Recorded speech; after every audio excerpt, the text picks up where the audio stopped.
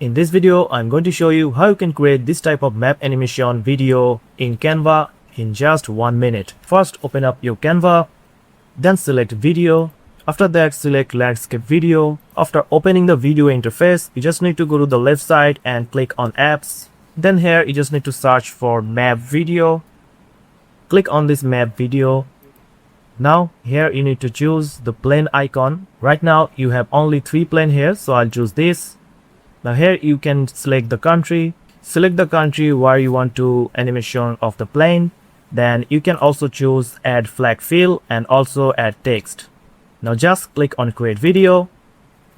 Now you just have to wait for a few seconds. Now as you can see, our video has been ready. So we just need to click on add to design.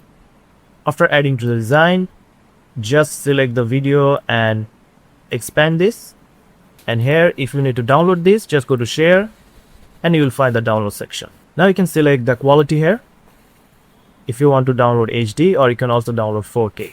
And here's the final result. So that's it. It's very easy. If you found this video helpful, please subscribe.